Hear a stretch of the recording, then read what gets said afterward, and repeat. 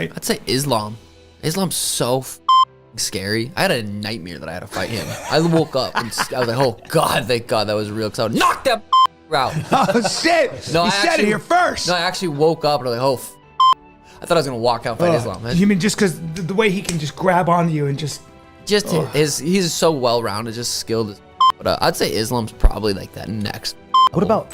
He's the former lightweight champion and pound-for-pound king of the UFC, a fearsome grappling threat with an astonishingly well-rounded skill set. He's lethal on the mat and deadly on the feet. But what do some of Islam Makhachev's fellow fighters have to say about himself as his ever-improving game? Let's take a closer look. This is Legendary Fighters Explain how scary Islam Makhachev really is. One man who knows a lot more than most about this guy is the former two-weight world champion, Daniel Cormier, a man who's been friends and training partners with Islam and his team for quite a long time now.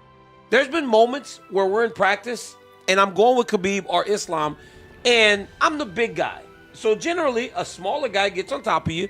When you decide it's over, you just throw him off of you. Yep. No technique, no skills. You just literally grab him and you kind of throw him off of you. I'm grappling with Islam once and I try to throw him off of me, but he's still there. And so I give him a little harder shove and he's still there. Next thing you know, I'm grappling at 100% because the dude's that strong. But again, I had never really grappled with him in that way, like at a decent pace. So I didn't recognize the strength when he was trying to keep me down.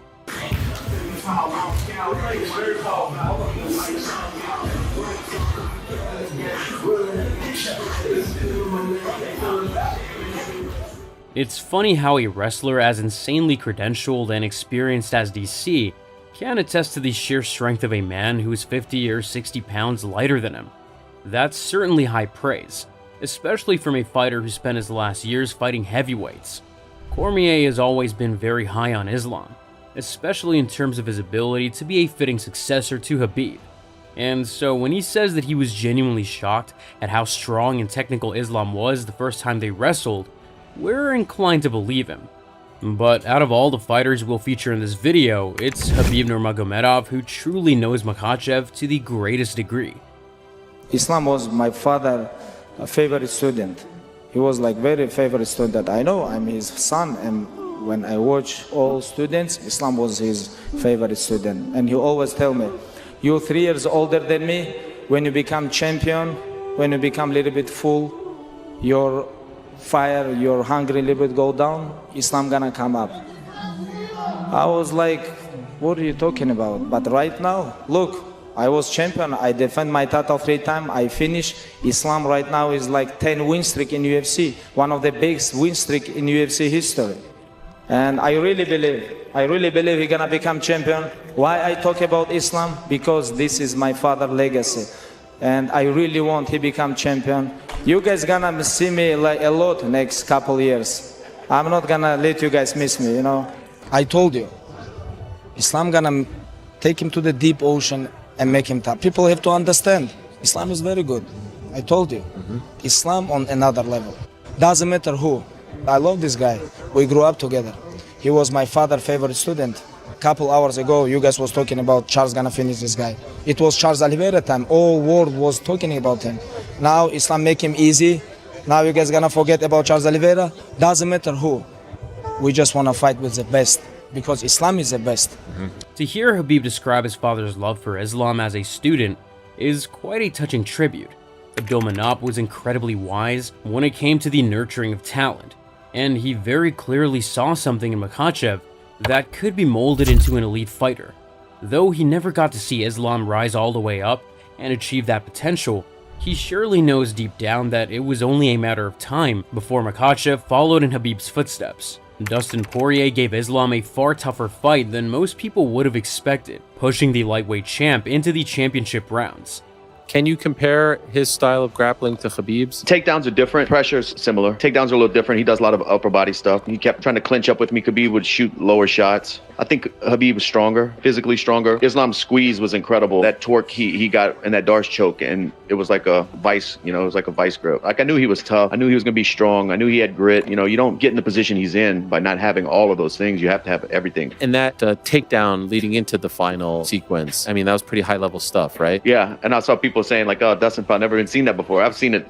Trust me, I've been doing this a long time. I've seen it before. I just didn't think it was about to happen right there. Did you feel like he was getting tired? We were both fatigued just from fighting hard, but I don't think he was anywhere close to. He could have done another 5 minutes, no doubt. Both of us, you know, our punches are going to be a little slower. Our legs are a little tired, but neither one of us was tired. We could have kept going. Man, honestly, similar to Khabib, his movement is really strange. The timing of it is really strange to get his cadence. I wanted to open up more and throw more volume, but when he would commit to the pocket, he would exit weird. His dips with his head, I heard my corner telling me throw the knee the whole time, but I just felt like I might get taken down off of it. And his movement is just it's kind of awkward. It's a weird timing, so I couldn't get good combinations going. But everything else was what I expected. The Diamond did himself proud by the way he managed to make the fight uglier than Islam would have preferred, making it a contest that suited him a lot better. But when push came to shove, it was Makhachev who was able to create the moment of magic he needed to secure the finish. Islam has truly evolved into an elite finisher over the years, and Poirier felt that in the 5th round. How about getting some insight from Makhachev's next opponent, the welterweight champion of the world, Jack Della Maddalena? Ahead of their highly intriguing showdown at UFC 322 at Madison Square Garden. I think Islam Makhachev is a better version of Bilal. I think it's the striking on the feet, I think it's easier than Bilal, because he'll stay in one stance. He's more traditional style. But yeah, he's the pound for pound #1, so it's a tough fight. But I guess we'll watch all his fights again, make a solid game plan, and then just start working at it. From pretty much now, I'm going to start working on ways to beat him, different ways to get back to my feet, stuff in the takedown. But I'm pretty confident I can get this one done. Can Islam navigate the weight difference between the lightweight and welterweight divisions? And will he be able to handle the power of a boxer like JDM? And who knows how much power he'll add to his punches and kicks after a move up to 170. When it comes to the idea of taking short notice replacement opponents, Tom Aspinall was quick to pile on the praise due to Islam's willingness to take risks. Not all fighters are as open to that type of switch up. Islam, but yeah, Islam did what he was supposed to do. Went out there, fought whoever was put in front of him, which is what champion's supposed to do. Fought the guy that the UFC told him to fight, and he got the win. And he's levels above anybody else in that division. He's going to hold the belt for a long, long time, and that is something that I'm very excited for because I'm a massive Islam Makhachev fan. Who would have thought that Tom Aspinall was such a die-hard Makhachev fan? But hey, I guess he just likes great fighters. As an early starter with a talent for finishing opponents in the first round, people sometimes forget just how technical Aspinall is, and how his foundational skill set is not actually boxing, but Brazilian Jiu-Jitsu. Who knows, maybe he'll have to turn in an Islam-like performance before too long. Remember, if you're enjoying this content, be sure to get involved by liking the video and leaving a comment. He might have had one of MMA's most intense beefs in recent history with his training partner Khabib, but Tony Ferguson has a surprising amount of respect for Makhachev's pedigree. But Makhachev's, I'm going to tell you, somebody was telling me, who do you think's a better wrestler? Was it Makhachev or was it Khabib? And I think Makhachev is a better grappler, honestly. I think he's a little bit faster. I think with Khabib, I think he's just a little bit more, not timid of the freestyle that Makhachev presents, but I think Makhachev, he's not going to do so bad at 170. I think he'll be all right. Whether he's just taking shots at Khabib by favoring his longtime training partner or not, Tony is as charismatic as ever when talking about Islam.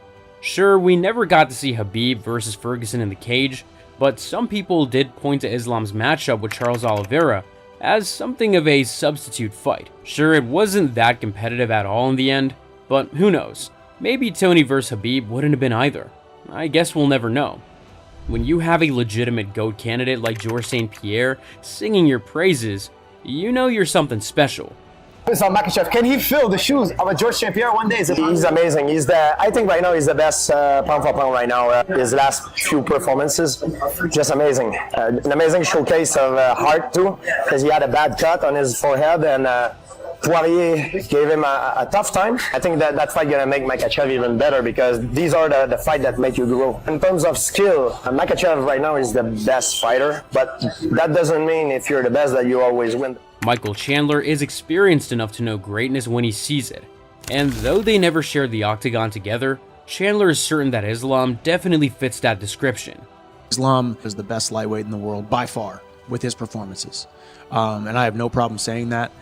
His hands are getting better. He just outstruck Poirier. He can out-grapple anybody, and I think he truly is doing it for more. He's got something deeper that he's fighting for. He's fighting for an entire village, an entire portion of the country, an entire religion, and an entire legacy for himself and also Khabib and Khabib's father. Sure, like many others, he was a little skeptical at first, and understandably so, given that it took Makhachev a very long time to break through into the top level. But when he did, the talent on display was simply undeniable, and Michael Chandler is not afraid to admit when he's wrong. He's probably not the only fighter who thinks that Makhachev stands alone amongst the current crop of lightweights, or I guess at this stage we should call him a former lightweight.